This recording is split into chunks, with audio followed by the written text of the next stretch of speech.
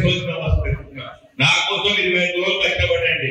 ఎప్పుడు ఎవరు ఫోన్ చేసినా కూడా ఏ పని చెప్పినా చేస్తా ప్రమాణం చేస్తున్నా. అనంత పద్మనాభ స్వామి దేవాలయం మీద, గుడి మీద, దేవుడి మీద ప్రమాణం చేసి చెప్తున్నా, నేను ఏ తప్పు చేయలేదు. నేను నా మీద ఆరోపణ చేసి ఎవరికైనా చెప్తున్నా, ఏ ఆరోపణకైనా ఇన్నిసార్లు చెప్తున్నా, ఇంకోసారి ఆరోపించదు. ఆరోపణ ఉంటే రుజువు చేయండి, రుజువు తీసుకురండి. ఇదే మన స్పీకర్ అంతా ప్రసాదన ముందు నేను ఒక్కనే వస్తా, వాళ్ళు దేనికుండా రమ్మని చెప్పి మొన్న చెప్పినా ఇవాళ చెప్తున్నా. ఊరికి ఆరోపించడం దీని తర్వాత మాట్లాడాలి. వికారాబాద్ ఎవరైనా ఆరోపిస్తే రుజువు తీసుకురా, మీరు గట్టిగా నిర్ణయం చేయండి.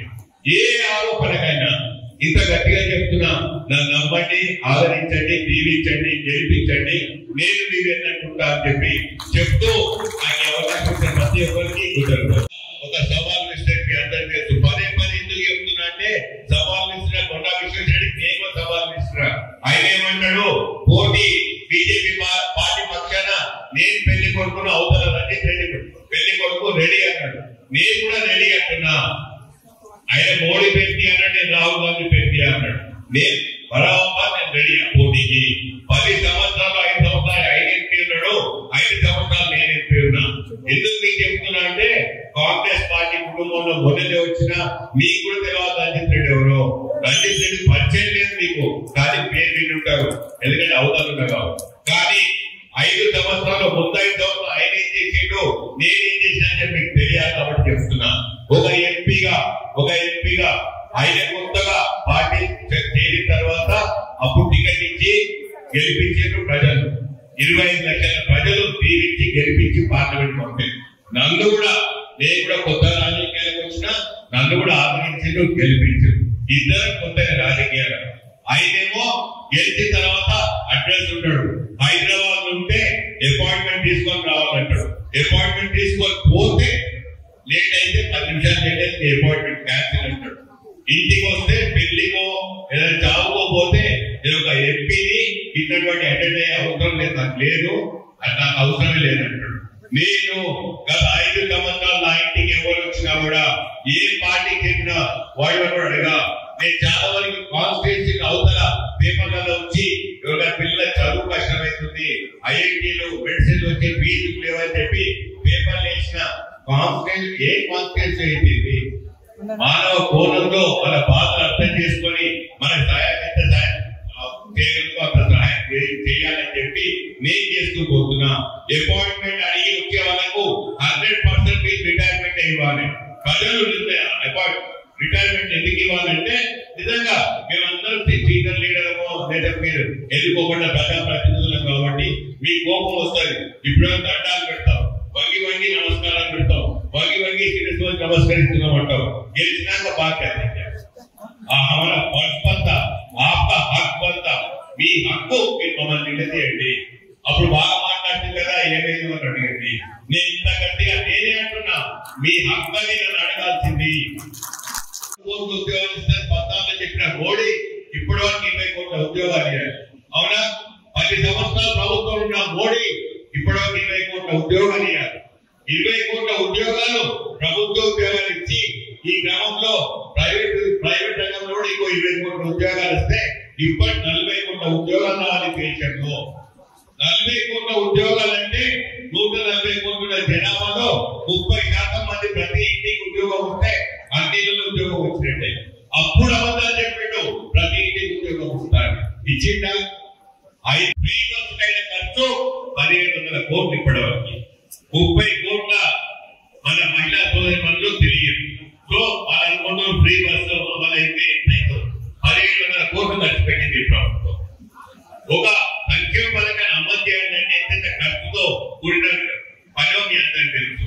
సో దానికి కావాల్సిన సంపద సృష్టించుకోవాలి, అది ఎంత అమలు చేయాలో ఆ దిశలో పోవాలి. మొన్న ఆరోగ్యశ్రీ 10 లక్షలు చేసి పేదోడు దవాఖానకు పోతే 10 లక్షల రూపాయలుగా ఫ్రీ కావాలని చెప్పి ఎప్పుడైతే రేవంత్ రెడ్డి గారు 6 గ్యారెంటీలు అమలు చేస్తారన్న ఒక గట్టి సంకల్పంతో ముందుకు పోయి ఇంత పెద్ద కాంగ్రెస్ కుటుంబ సభ్యులందరినీ మీ గుండెలో ధైర్యం నింపి నడవండి నేనున్నా అని మీ గుండెలో ధైర్యం నింపి కాంగ్రెస్ పార్టీకి పగ్గాలు చేపట్టిన రేవంత్ రెడ్డి గారి శుభాకాంక్షలు తెలియజేస్తూ దానికి తోడు మీరందరూ కూడా దాంట్లో పాల్గొంటున్నందుకు ప్రతి ఒక్కరికి శుభాకాంక్షలు తెలియజేస్తూ శిరస్సు వచ్చి ఒప్పుకుంటున్నాను. ఆ రోజు దేశం మొత్తం ఎవరు అనుకోలేదు, ఇంక్లూడింగ్ కేసీఆర్ గారు కూడా అనుకోలేదు. ఎందుకంటే 104 సీట్లున్న బీఆర్ఎస్ పార్టీ పోతే 10 సీట్లు పోతాయి, పోతే 20 సీట్లు పోతాయి, పోతే 30 సీట్లు పోతాయి, పోతే 40 పోయినా పవర్లకు వస్తాం అనుకుంటున్నాం. అది ఒక వైపు. ఇక ఇంకో వైపు చూడండి, బీజేపీ పార్టీ ఏం చేస్తున్నారని. బీజేపీ పార్టీ గురించి ఆలోచిస్తే అబ్కి బార్ 400 ఓట్లు, అబ్కి బార్ 400 అనే బీజేపీ పార్టీ, అబ్కి బార్ 400 అనే బీజేపీ పార్టీ ఒట్టి అబద్ధాల మాటని. ఎందుకంటే 542 సీట్లున్న మన లోక్సభ ఎలక్షన్ రాబోయే ఎలక్షన్లలో ఇవాళ తమిళనాడులో ఒక సీట్ రాదు, కేరళలో ఒక సీట్ రాదు, ఆంధ్రప్రదేశ్ లో ఒక సీట్ రాదు, వెస్ట్ బెంగాల్ తక్కువనే వస్తుంది, తెలంగాణ తక్కువనే వస్తుంది, కర్ణాటక దిగజారుతుంది, ఉత్తరప్రదేశ్ లో సగానికి పోయినాయి. ఎన్ని సీట్లు మిగిలే వాళ్ళు గట్టిగా పోటీ ఇచ్చే సీట్లు 320-30 సీట్లు ఉన్నాయి.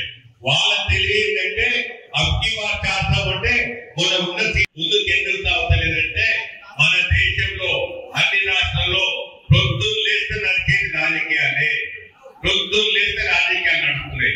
ఒక ప్రభుత్వం ఎప్పుడైతే పక్కన చేపట్టిన తర్వాత చాలా మంది నాయకులు అంటారు, ఒక 6 నెలల ముందో 3 నెలల ముందో ఎలక్షన్ గురించి మాట్లాడతాం, మిగతా టైం అంతా మనం పేదల సంక్షేమం, దేశ అభివృద్ధి, రాష్ట్ర అభివృద్ధి గురించి. కానీ పరిమితం చేయట్లేదు. ఎన్నో ఇబ్బందులు వస్తున్నాయి. పార్టీ లైన్ నడపాలన్నా, ప్రభుత్వం లైన్ నడపాలన్నా. సో రాజకీయాలు చాలా మామూలు అయిపోతుంది. కానీ మన పిల్లల భవిష్యత్తు వేరే దేశాలకు ముందు పోతే మనం ఎందుకు పోతే ఆలోచించాల్సిన అవసరం ఇప్పుడు వచ్చింది. ఇప్పుడు ఇది చాలా ఇంపార్టెంట్. కాబట్టి మన పిల్లల భవిష్యత్తు భవిష్యత్తు గురించి మనం అందరం కంకణ ముందులే మన దేశాన్ని ముందుకు తీసుకుపోయే దిశలో ఏ విధంగా తీసుకోవాలో మనమే డిసైడ్ చేసుకోవాలి. అందరూ పెద్ద ఎత్తున బయటికి రావాలి, ఓట్ వేయాలి, మనకి ఇష్టమైన పార్టీకి ఓట్ వేయాలి, గెలిపించుకొని ఒకవైపు లౌకికవాదం, ఒకవైపు మతతత్వం. లౌకికవాదాన్ని ఎంచుకున్న కాంగ్రెస్ పార్టీ, పేదల సంక్షేమాన్ని ఎంచుకున్న కాంగ్రెస్ పార్టీ ఒకవైపు, సంక్షేమం ముందు మతతత్వం కావాలని ఇంకోవైపు బీజేపీ పార్టీ. ఎందుకంటే కాంగ్రెస్ పార్టీ పుట్టినప్పటి నుండి ఎప్పుడు 100% ప్రతి మేనిఫెస్టో చూడండి, నేను మొత్తం మేనిఫెస్టో చూస్తుంటుంది, ప్రతిసారి పేదల సంక్షేమాన్ని పెద్దపీట కాంగ్రెస్ పార్టీ. పేదల సంక్షేమం ఇప్పటికి కూడా అవసరమే.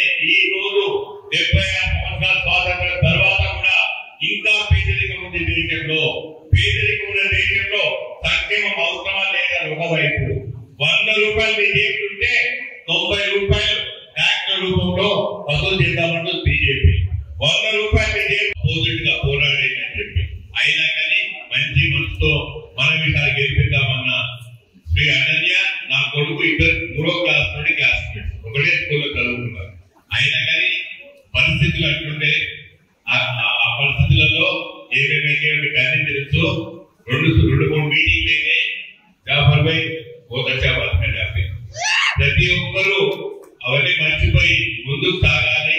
నా గెలుపులో మీరు పాల్పంచుకోండి, మీ గెలుపులో నేను పాల్పంచుకుంటా. మనం ఇంటికి అందరూ ఒక కుటుంబ సభ్యులుగా ఉంటాం. ఎందుకంటే ఇంతకుముందు వాళ్ళు చెప్పినట్టు, అందరూ చెప్పినట్టు ఒక పార్టీకి కట్టుబడి ఉన్నప్పుడు ఆ పార్టీకి కట్టుబడి అదే లైన్లో పనిచేసిన, ఎంత కట్టుబడి ఆ లైన్లో పనిచేసిందో మీరందరూ చూసిన తర్వాత మీరందరూ ఒక అభిప్రాయం రండి. ఎక్కడైతే కట్టెలు చేసిండో మన పార్టీలకు వచ్చిన తర్వాత 1 మిల్లీమీటర్ కూడా నేను దేవదాటను. 1 మిల్లీమీటర్ కాంగ్రెస్ పార్టీ ప్రసాదన ఏ లైన్ తీస్తారో అదే లైన్ 1 మిల్లీమీటర్ లైన్ దాటకుండా మీ అందరితో ఉంటాను. ఎందుకంటే పోరాటంలో, ఒక యుద్ధంలో ఏదైనా తప్పవు కొన్ని విషయాలు. సోదరు, మనం ఇప్పుడు రాబోయే ఎలక్షన్ చాలా క్లిష్టమైనది, కీలకమైనది. క్లిష్టమైనది ఎందుకంటే 140 కోట్ల ఉన్న ఈ జనాభా, ఈ దేశం జనాభా, ప్రతి ఒక్కరూ మన బాధ్యత మన పిల్లల భవిష్యత్తు భవిత కాపాడుకునేది. అందుకే ఈ రాబోయే ఎలక్షన్ చాలా క్లిష్టమైనది, కీలకమైనది. ఎందుకంటే ఇది ధర్మం అధర్మం మధ్యన, లౌకికవాదం మతతత్వం మధ్యన పోటీ. జాఫర్ భాయ్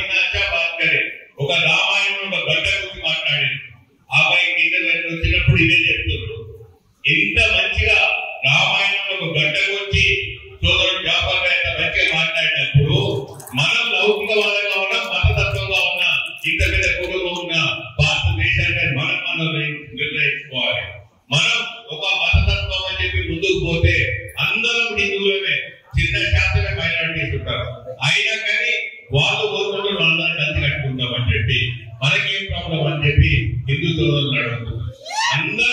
అందరం ఒక కుటుంబం అనుకుంటేనే దేశం ముందుకు పోతుంది. యావత్ ప్రపంచం మన దేశం వైపు చూస్తుంది. ఏమైతుంది దేశానికి ఇంత ముందులో ఉంటారు. నేను నిన్ననే ఒక హోర్డింగ్ చేసినప్పుడు మా కుటుంబ సభ్యులు అంటే పెద్ద పెద్ద హోర్డింగ్స్ పెట్టి నా ఆశ నా శ్వాస చేవెళ్ళ ప్రజలను పెట్టింది. ఇప్పుడే వచ్చినప్పుడు చేసిన ఇక్కడ చేవెళ్ళ గడ్డ మీద వాళ్ళు అది ఎందుకు పెట్టేదంటే నా వ్యక్తిత్వం మీద తెలిసి పెట్టేది. దానికి తోడు ఇక్కడికి వచ్చిన ఇంత పెద్ద కాంగ్రెస్ కుటుంబ సభ్యులు అన్ని మండలాల్లో వచ్చిన ప్రతి ఒక్కరికి పత్రికా మిత్రులందరికీ పేరు పేరున పెద్దలు శేషాకర్ రెడ్డి గారు అడ్వకేట్ గారు ఉన్నారు. పేరు పేరున చాలా పేరు పేరున ప్రతి ఒక్కరికి శిరస్సు వచ్చి నమస్కారం. మనం వెలిపించుకుంటే అన్న ఇంతకుముందు మాట్లాడుతూ చెప్పాడు చాలా నరేంద్ర మోడీ 400 అంటున్నాడు. 400 వచ్చే పరిస్థితి లేదు. ఎందుకు లేదంటే నరేంద్ర మోడీ 10 ఏళ్ళ నుంచి ఏం చేసిందంటే ప్రతి ఒక్కరూ ఆలోచన చేస్తున్నారు. రాహుల్ గాంధీ భారత్ జోడో యాత్ర ఏదైతే చేసిందో ఆ భారత్ జోడో యాత్ర నుంచి కాంగ్రెస్ గ్రాఫ్ చాలా పెరిగింది. మరి అదేవిధంగా మొన్న జరిగిన ఎలక్షన్స్ లో కాంగ్రెస్ ప్రభుత్వం ఏర్పాటు చేసుకున్న రేవంత్ రెడ్డి గారి గురించి మీకు అందరికీ తెలియదు కాదు. రేవంత్ రెడ్డి గారు అంటే నాకెంత అభిమానం ఉందో నాకంటే ఎక్కువ రేవంత్ రెడ్డి గారి అభిమానం మీ అందరికీ ఉంటుంది. మరి వారు కూడా ఎక్కువ తిరగాలి, ఢిల్లీలో వారి ప్రతిష్ట పెరగాలంటే తప్పకుండా మన చేవెళ్ళ నియోజకవర్గంగా వికారాబాద్ నియోజకవర్గంగా పెద్ద మెజారిటీ మనం అందరం కలిసి చేయాలని చెప్పేసి మీ అందరూ కోరుకుంటూ మరి ముఖ్యంగా